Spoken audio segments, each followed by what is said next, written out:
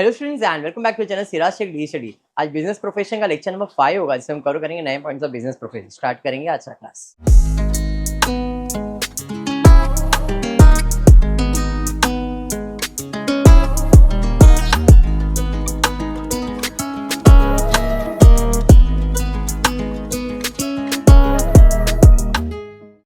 आज last lecture for business profession, last lecture. इसके बाद नया टॉपिक कुछ चालू करेंगे, ठीक है।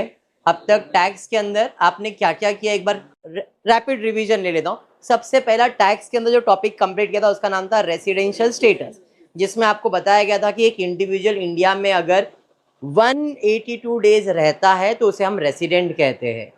फिर उसके बाद ऑर्डिनरी, नॉन, वो सारी चीजें आपने उस टॉपिक में कवर की। उसी के साथ और एक टॉपिक अटैच किया था मैंने, वो स्कोप ऑफ इनकम था। इंडियन इनकम सबके लिए टैक्सेबल होता है, फॉरेन इनकम सिर्फ एक के लिए टैक्सेबल होता है, और पार्टली फॉरेन इनकम में 2 को टैक्सेबल होता है, हाँ या नहीं। तीसरा टॉपिक जो हमने स्टार्ट किया था उसका नाम था इनकम फ्रॉम सैलरी। सैलरीज में हमको क्या क्या मिलता है वो देखा था। उसके अंदर gratuity, pension, leave encashment, provident fund, interest on provident fund, ये सारे पॉइंट्स मैंने कवर करवाया था, याद आया? हाँ। फिर नया टॉपिक हमने कवर किया वो इनकम फ्रॉम हाउस प्रॉपर्टी, जिसमें जीएवी का कैलकुलेशन बताया था। Fair rent, municipal whichever is higher, compare with standard rent whichever is lower, फिर actual rent whichever is higher. फिर उसके बाद उसके अंदर हम लोग स्टैंडर्ड डिडक्शन देते हैं। ये सारी चीजें आपने हाउस प्रॉपर्टी में कवर की। फिर नया टॉपिक हमने स्टार्ट किया इनकम फ्रॉम बिजनेस प्रोफेशन। मैं टैक्स कंटिन्यू इसलिए रख रहा हूँ क्योंकि एक कनेक्शन मिलना चाहिए टॉपिक का, कि आपको समझे कि है क्या ये बुक के अंदर। सब टॉपिक एक दूसरे से कनेक्टेड इसलिए होने वाले क्योंकि जब लास्ट टॉपिक आएगा उसके अंदर ये सब टॉपिक का कॉम्बिनेशन आने वाला है, और combination of 2 incomes. Salary and business हो सकता है, सैलरी एंड हाउस प्रॉपर्टी हो सकता है, हाउस प्रॉपर्टी एंड बिजनेस हो सकता है, सैलरी विद अदर सोर्स हो सकता है। जो भी पढ़ा है नहीं, मतलब 5 सोर्स ऑफ इनकम है, और 5 में से कोई भी किसी के साथ भी जोड़ी बन के आ सकता है, एक्सेप्ट योर कैपिटल गेन। मतलब ये 4 टॉपिक का तो जोड़ी बनने वाला है, कैपिटल गेन का जोड़ी नहीं बनने वाला है। कैपिटल गेन अकेला ही आने वाला है। बाकी 4 सोर्स ऑफ जो इनकम है इसका किसी के साथ भी जोड़ी बनेगा और आपको सॉल्व करने आना चाहिए। इसलिए मैं टैक्स को ब्रेक नहीं देके कंटिन्यू करवा रहा हूं। अंडरस्टूड?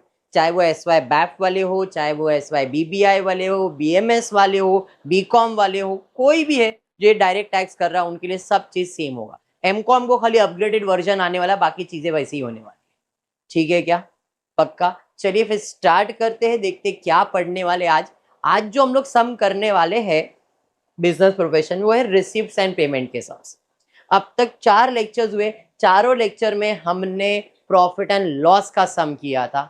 आज text book page number 187, text book page number 187, सम नंबर 1।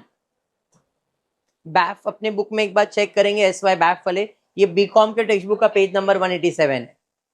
बैफ में भी चेक कर लेना। सॉल्व है कि अनसॉल्व सम है? अनसॉल्व सम है, चलो ठीक है। अनसॉल्व सम नंबर 1 में आप अगर ध्यान से देखो तो यहां पे कोई नेट प्रॉफिट लॉस कुछ भी नहीं है। क्लोजिंग बैलेंस, ओपनिंग बैलेंस बराबर है। तो जब भी आप रिसीव पेमेंट का सम सॉल्व करते हो तो इधर नेट प्रॉफिट से प्रॉब्लम चालू होने वाला नहीं है। इसके अंदर डायरेक्टली रिसिप्ट, डायरेक्टली पेमेंट, कितना पैसा बिजनेस में आया उसमें से कितना पैसा बिजनेस से गया माइनस करो तो इनकम मिल जाएगा।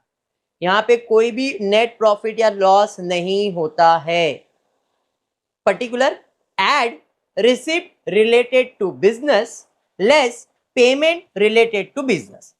हमने जब प्रॉफिट एंड लॉस किया था तो नेट प्रॉफिट लिखते थे, ऐड करते थे एक्सपेंसेस जो बिजनेस के नहीं है, माइनस करते थे इनकम जो बिजनेस के नहीं है। लेकिन रिसिप्ट पेमेंट पूरा ऑपोजिट होता है। ऐड करने का रिसिप्ट मतलब जो पैसा आ रहा है, और वो पैसा किससे रिलेट होना चाहिए? बिजनेस से। मतलब ऐड करेंगे जो पैसा बिजनेस का है वो सब ऐड होगा, और माइनस करेंगे एक्सपेंसेस जो बिजनेस का है, पेमेंट रिलेटेड टू बिजनेस। तो रिसीव पेमेंट में बिजनेस से रिलेटेड लेंगे, और प्रॉफिट एंड लॉस में जो बिजनेस से रिलेटेड नहीं है वो लिखते हैं। ये याद रखना है। क्या? प्रॉफिट एंड लॉस के सम में जो बिजनेस से रिलेटेड नहीं होता है वो कंसीडर होता है, और रिसीव पेमेंट में जो बिजनेस से रिलेटेड होता है वो कंसीडर होता है। समझा क्या बाउंसर? वापस एक बार रिसीव पेमेंट के सम में आपको रिसीव साइड पे जाना है और जो भी रिसिप्ट मतलब जो भी पैसा आया है क्या वो बिजनेस का है या पर्सनल है वो देखना है। अगर बिजनेस का है तो लिखना है, पर्सनल है तो इग्नोर करना है। प्रॉफिट एंड लॉस में क्या कर रहे थे? पर्सनल चीजें लिख रहे थे और इधर क्या लिखने का? बिजनेस से रिलेटेड लिखना है। अभी समझा? तो ऐड करेंगे, जो बिजनेस का पैसा है वो ऐड और जो बिजनेस का पेमेंट है वो माइनस। बिजनेस का, पर्सनल। क्लियर? क्वेश्चन ध्यान से पहले रीड करते देखते किसका बिजनेस है ये। मिस्टर महेश्वरी, नाम बहुत बड़ा है, is the proprietor of Ocean Laundry. ओशना लिखने का है, ओशन। मेरे को एक को साइलेंट करना है, मेरी मर्जी है, कुछ करेगा तो महेश्वरी का एक लॉन्ड्री का बिजनेस है, ठीक है। और उसके लॉन्ड्री में कितना पैसा आया कितना पैसा गया उसका डिटेल्स दिया गया है। He furnishes you the following receipts and payment account for the year ended 31st March 24।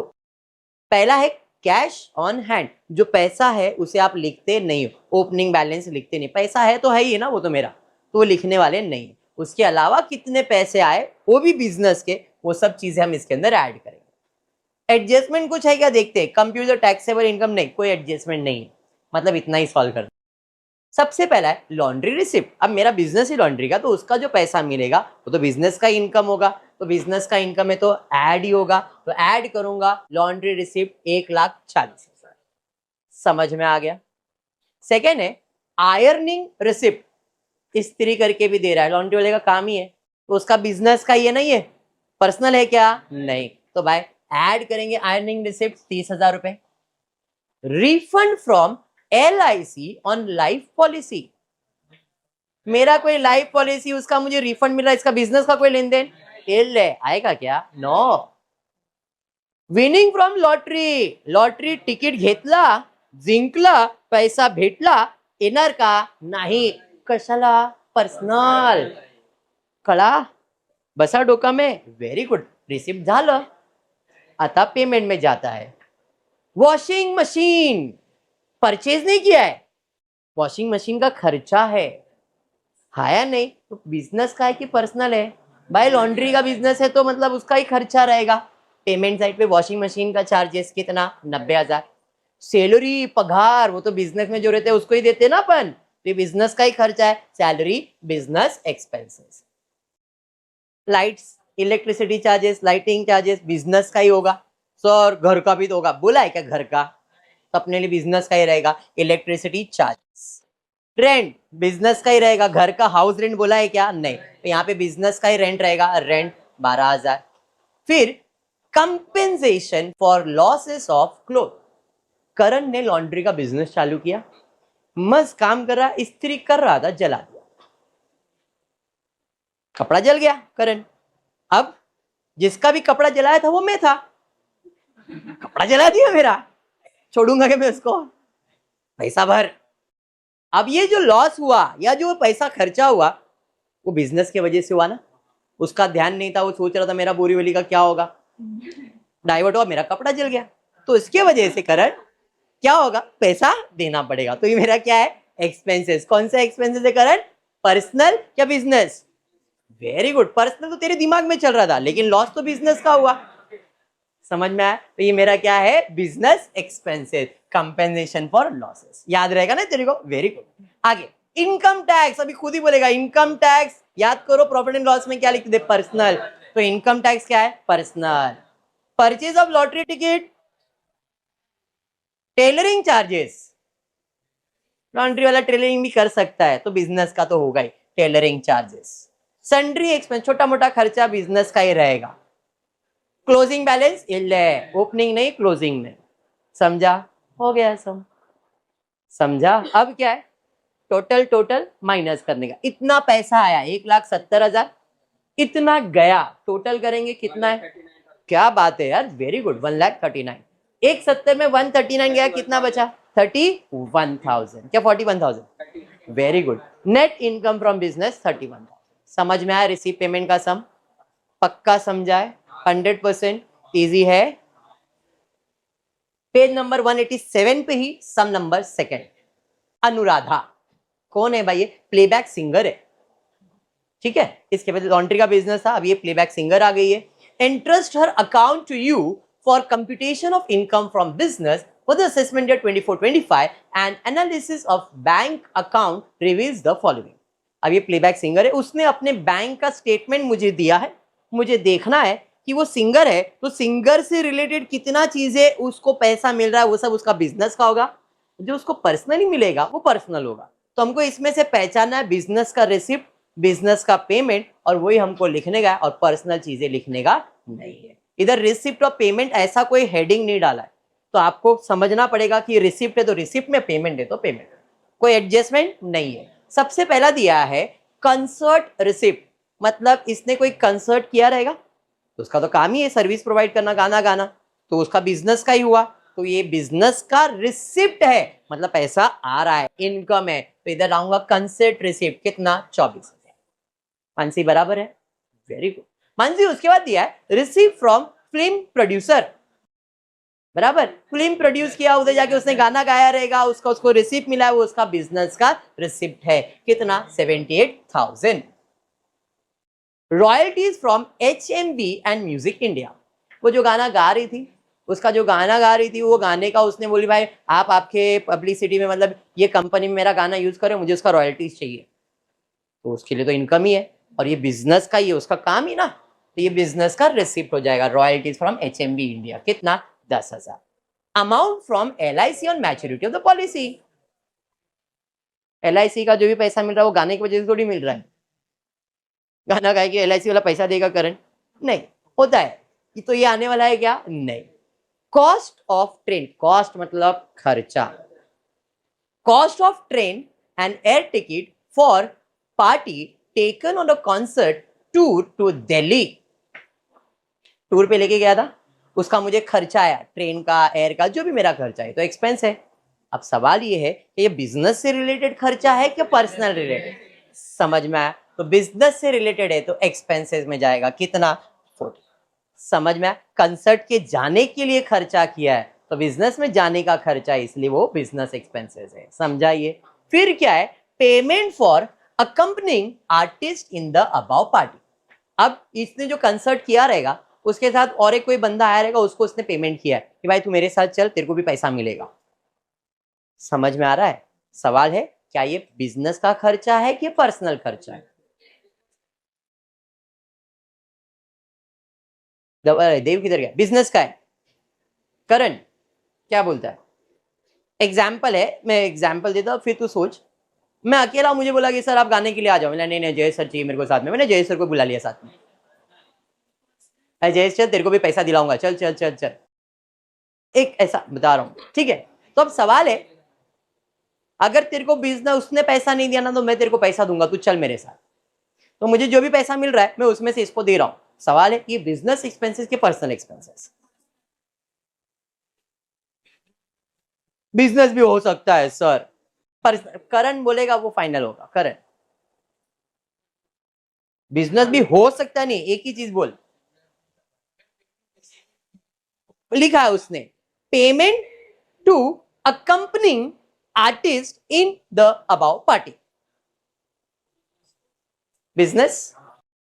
ठीक है, अभी एक जन है जिनके फेवरेट है उनके बारे में पूछिए। आय लक्ष्मी, व्हाट यू से, क्या ये पेमेंट जो है वो आएगा कि नहीं आएगा?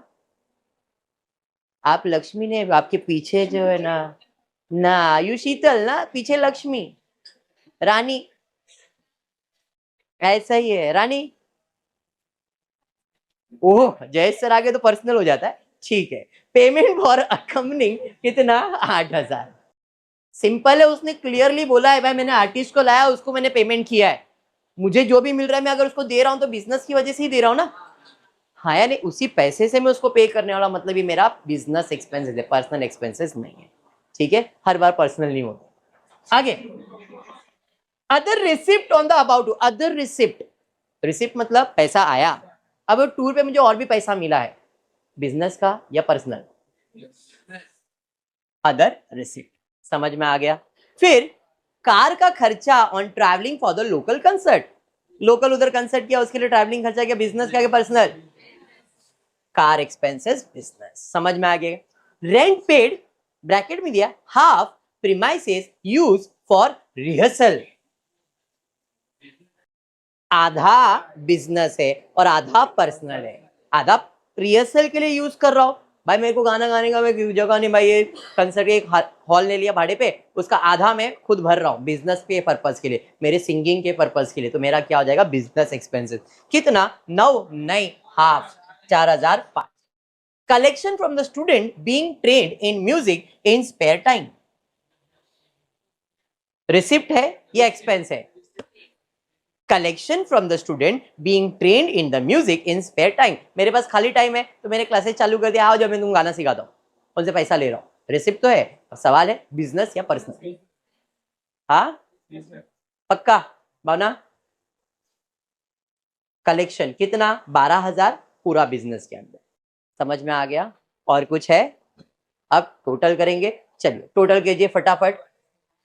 1,89,000, वेरी गुड। यहाँ पे 14,000, 8,000, 22, 22, 30,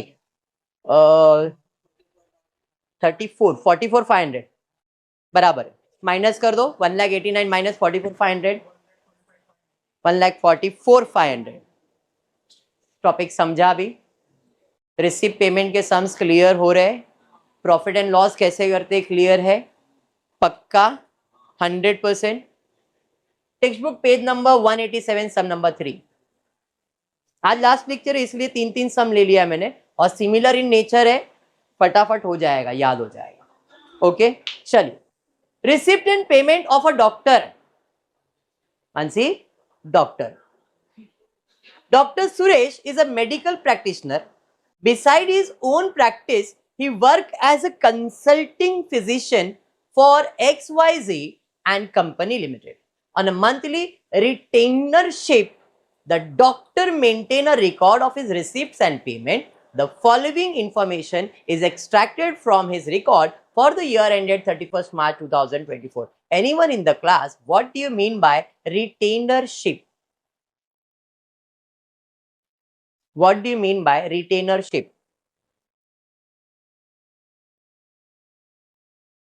कभी सुना ही इस वर्ड के बारे में? बहुत आउटडेटेड लोग यार, किसी ने भी नहीं सुना है। करण ले, मैं बॉम्बे में होता है ये सब वर्ड्स। ठीक है स्टार्ट करते। कल्पना व स्किल, बेटा ध्यान दे। रिटेनरशिप का मतलब क्या होता है कि फॉर एग्जाम्पल कि मेरा क्लासेस है, ठीक है, मैं क्लासेस चला रहा हूँ, एक बंदा मेरे पास आया, मेरे को सर मॉर्निंग एंड टाइम पे अगर आपका क्लास खाली तो मेरे को दे दो ना, मेरे को क्लासेस लेने का है। ठीक है, आप 12 बजे के बाद ही क्लास चालू करते हो, तो एक काम करो, मॉर्निंग 7 से 12 मेरे को दे दो, 7 से 11 मेरे को दे दो, मैं इधर क्लासेस चलाऊंगा। मतलब ठीक है, हमने कॉन्ट्रैक्ट साइन कर लिया कि भाई इधर जो रेंट है जो भी रहेगा तुम आधा आधा बांट लोगे, जो इनकम आएगा वो मुझे उसमें से आधा दोगे, या जो भी है, हमने कॉन्ट्रैक्ट साइन किया और उसको बिजनेस करने के लिए दे दिया मैंने। या मैं किसके पास चला गया उसका क्लास चलाने के लिए या उसका बिजनेस मैनेज करने के लिए, उसके बदले में मुझे एक सोर्स ऑफ इनकम मिलने वाला है, एक सोर्स ऑफ पैसा मिलने वाला है, उसे हम लोग कहते हैं रिटेनरशिप। समझ में आया क्या? पर्टिकुलर टाइम के लिए उसका बिजनेस को मैनेज करके देना और उसके बदले में इनकम जनरेट कर लेना, इसे हम लोग क्या कहते हैं, रिटेनरशिप। अब वो इनकम भी हो सकता है और एक्सपेंस भी हो सकता है, डिपेंडिंग आप जा रहे हो या आपके पास वो आ रहा है। फर्क समझ में आया? यहां पे इस बंदे ने वही किया है, इसका ओन प्रैक्टिसिंग वर्क तो था as an consultant physician in XYZ limited on a monthly retainership. देखो डॉक्टर एक मेडिकल प्रैक्टिशनर है, उसका खुद का क्लिनिक रहेगा ही, बिसाइड हिज ओन प्रैक्टिस, उसके खुद के क्लिनिक के अलावा उसके पास एक कंसल्टिंग फिजिशियन भी काम कर रहा था। कौन सी कंपनी में? XYZ कंपनी में। तो उस XYZ कंपनी में जाता था, उधर कुछ भी पेशेंट्स का कुछ भी होता था, उधर जाके उधर कंसल्टिंग करता था और उधर मंथली रिटेनरशिप भी पैसा लेता था। तो ये इनका इनकम भी हुआ, किसके लिए? डॉक्टर सुरेश के लिए। बात समझा? हाँ, क्या है रिटेनरशिप, क्लियर हुआ यहाँ पे? चलिए, अब आपको इधर रिसिप्ट दिया हुआ है इतना, पेमेंट दिया हुआ है इतना, उसके अलावा डेप्रिसिएशन, इनकम टैक्स, ये सारी चीजें दी गई है। Depreciation according to income tax rule on furniture 300, on car 6000, 1/3 fees use for of the car and the telephone is at, ये सारे एक्सपेंसेस दिए गए। आपको सिर्फ ध्यान में रखना है, ऐड करना है जो बिजनेस का रिसिप्ट है, माइनस करना है जो बिजनेस का पेमेंट है, बाकी ये एडजस्टमेंट अपन सॉल्व करें। ठीक है, स्टार्ट करें। रिसिप्ट साइड से पहला स्टार्ट कर रहा हूं। कंसल्टेशन फीस रिसिप्ट बिजनेस का है क्या पर्सनल है? Consulting fees. Gross remuneration from private hospital, remuneration मतलब पगार, कोई गवर्नमेंट हॉस्पिटल में काम करे उसको पगार मिल रहा है, बिजनेस या पर्सनल? बिजनेस या पर्सनल? बिजनेस या पर्सनल? पढ़ो और फिर बोलो, घाई नहीं है। प्राइवेट बोला तो पर्सनल है, ठीक है। और बिजनेस में सैलरी मिलना पॉसिबल होता है क्या? रेम्यूनरेशन मतलब एक तरह का सैलरी है। अब बोलो क्या है? एक इंडिविजुअल 5 सोर्स से इनकम जनरेट कर सकता है, सैलरी से, हाउस प्रॉपर्टी से, बिजनेस से, कैपिटल गेन और अदर। कैपिटल तो पॉसिबल नहीं है, फिर चारों में से कुछ हो सकता है। अगर बिजनेस है तो बिजनेस का रहेगा, हाउस का तो पॉसिबल नहीं है, सैलरी या तो अदर कुछ हो सकता है। सोचो और बताओ। कंफ्यूज नहीं करना चाह रहा हूं मैं, डायरेक्टली बोल सकता हूं हाँ भाई ये बिजनेस है, पर्सनल है। तुम्हारे दिमाग के अंदर फोकस करवाओ चीजों को कि क्या चीजें इसके अंदर ली जाती है, क्या नहीं ली जाती, बस और कुछ भी नहीं है। अब यहाँ पे गवर्नमेंट हॉस्पिटल से gross remuneration from the private hospital, कोई प्राइवेट हॉस्पिटल में काम कर रहा है, उधर से उसको पगार मिल रहा है, तो अपने को ये सोचना है कि ये मेरे बिजनेस का है या मेरा पर्सनल है। बिजनेस का है या पर्सनल है? बोलो ना, अभी रॉन्ग तो रॉन्ग होएगा चलेगा ना, मैं एक्सप्लेन कर ही दूंगा। बिजनेस का लग रहा है कि पर्सनल लग रहा है? पर्सनल लग रहा है, क्यों? क्योंकि प्राइवेट हॉस्पिटल से मिल रहा है, बराबर है। लिया मैंने? लिया नहीं, क्यों? प्राइवेट, अभी तुम लोग नहीं बोला ना, समझ में आया? अभी मैंने क्या बताया, जो चीजें पर्सनल है वो लेते हैं क्या अपन? नहीं। लिखा क्या मैंने? समझा? क्लियर है? रिटेनरशिप्स, अभी तो बताया था भाई मेरा बिजनेस का ही है, मैं उधर दूसरे जगह जाके अगर बिजनेस कर रहा हूँ, उससे इनकम जनरेट कर, तो मेरा बिजनेस को ही प्रमोट कर रहा हूं मैं। अब जब मेरे बिजनेस को प्रमोट कर रहा हूं, मतलब ये बिजनेस इनकम होगा। रिटेनरशिप फीस कितना? 6000 रुपए। गिफ्ट फ्रॉम पेशेंट, पेशेंट ने मुझे गिफ्ट दिया है, नहीं बिजनेस का है, क्योंकि मैं एक डॉक्टर हूं, डॉक्टर ने मुझे गिफ्ट दे दिया है। अब मेरे को डॉक्टर को गिफ्ट क्यों दिया उसने? कुछ मैंने उसका सर्विस प्रोवाइड किया रहेगा, उसके बाद पैसा नहीं रहेगा, या तो खुशी खुशी उसने मुझे कुछ गिफ्ट दे दिया है। तो इसका मतलब ये क्या हुआ? बिजनेस के लिए हुआ, पर्सनल नहीं हुआ है। पेशेंट गिफ्ट दे रहा है, पेरेंट्स कोई गिफ्ट नहीं दे रहा आपको। किसको दे रहा है? आपको मतलब डॉक्टर को। कौन दे रहा है? अब फॉर एग्जाम्पल स्टूडेंट मुझे गिफ्ट दे रहे, आप मुझे जो गिफ्ट दे रहे हो, टीचर हो तभी दे रहे हो आप मुझे, यहाँ अभी हम लोग उनके स्टूडेंट है, सर ने इतना किया, चलो सर को अपन गिफ्ट दे देते। अब तुमने जो गिफ्ट दिया मुझे, वो मेरे प्रोफेशन की वजह से दिया है, सर्विस की वजह से दिया है, ऐसे तो नहीं दोगे ना। समझ में आ रहा है? पेरेंट्स मुझे ऐसे ही गिफ्ट दे रहे, अरे आज तेरे लिए गिफ्ट, वो मेरे पर्सनल हो जाएगा। लेकिन अगर बिजनेस से रिलेटेड पर्सन आपको कोई गिफ्ट दे रहा है, तो बिजनेस का इनकम होगा या बिजनेस का एक्सपेंस होगा। आपको मिल रहा है मतलब इनकम, आप दे रहे हो मतलब एक्सपेंस है। समझ में आया? तो यहाँ पे पेशेंट ने गिफ्ट दिया तो मेरा बिजनेस का इनकम है, कितना? 10,000 रुपए। रिसिप्ट तो इतना ही है, पेमेंट में जाते हैं। Rent and electricity charges, very simple, business. Telephone charges adjustment था।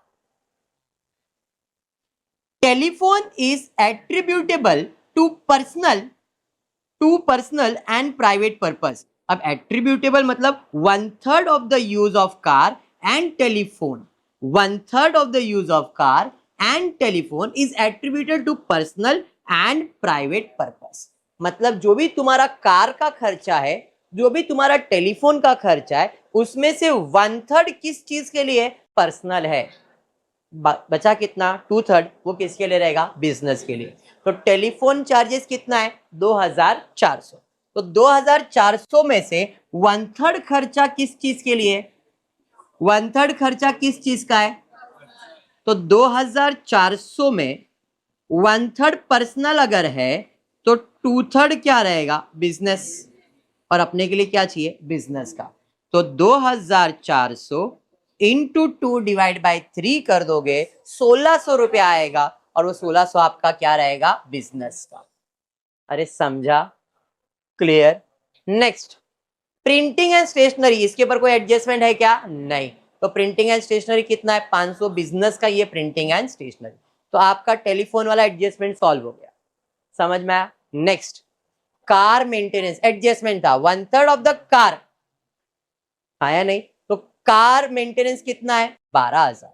12,000 का 2/3 बिजनेस का होगा, तो कार एक्सपेंसेस 12,000 का 2/3 यानी कि 8,000। अरे समझा। Wages of clinical assistant, clinical doctor है भाई, वो सब बिजनेस का ही रहेगा, कितना, 3,600। ड्राइवर का सैलरी, कार जो है उसका खर्चा 1/3 लिख रहे हो, तो ड्राइवर को जो सैलरी दोगे, ड्राइवर मतलब कार चलाने वाला ही हुआ ना, तो उसका पगार भी 1/3 पर्सनल होगा और 2/3 ही बिजनेस का होगा। ड्राइवर गाड़ी चला रहा है, मैं उसको पगार दे रहा हूं, लेकिन क्या पूरा टाइम वो घर का ही काम कर रहा है क्या, नहीं, बिजनेस का भी कर रहा है ना, तो उसका पगार भी 2/3 बिजनेस के लिए ही कंसीडर होगा। तो ड्राइवर का सैलरी 3,600 का 2/3 ही इधर बिजनेस में आएगा। अरे समझ में आया। उसके बाद क्या है, इले लाइफ इंश्योरेंस प्रीमियम थोड़ी आएगा, समझ में आ गया। बचा डेप्रिसिएशन 300, कार का है 6,000, बट पूरा 6,000 कार का आएगा क्या, नहीं। तो यहाँ पे डेप्रिसिएशन ऑन फर्नीचर 300 तो पूरा आएगा, लेकिन कार का डेप्रिसिएशन जो है उसका सिर्फ 2/3 वैल्यू ही लिया जाएगा। तो 2/3 वैल्यू इसका आ जाएगा 4,000। सारे एडजस्टमेंट डन। मैंने बताया था एडजस्टमेंट माइनस ही करते, पेमेंट है, खर्चा है, माइनस ही डन है। यहाँ तक सारे एडजस्टमेंट क्लियर हो गए। देख लो, पहला डेप्रिसिएशन था, 1/3 ऑफ द कार था, टेलीफोन था, और कोई एक्सपेंसेस था क्या, नहीं। रिसिप्ट और पेमेंट क्लियर हो गया। अब टोटल ले लेंगे, इसका आ जाएगा 76,000, इसका टोटल ले लो 32,400, माइनस करो कितना आ रहा है, 43,600। समझा। Receipt payment limited sums text book में है, लिमिटेड सम्स है, इसलिए अनसॉल्व सम करवा दिया। डन है इतना, एनी डाउट, पक्का क्लियर। तो यहाँ पे हम टॉपिक वाइंड अप करते, नेक्स्ट लेक्चर में कुछ नए टॉपिक के साथ स्टार्ट करेंगे। अभी के लिए इतना ही करते हो। फिर वीडियो पसंद आए तो प्लीज वीडियो को लाइक कर देना, फ्रेंड्स ग्रुप में शेयर करना, चैनल को सब्सक्राइब करना। Thank you for watching the video.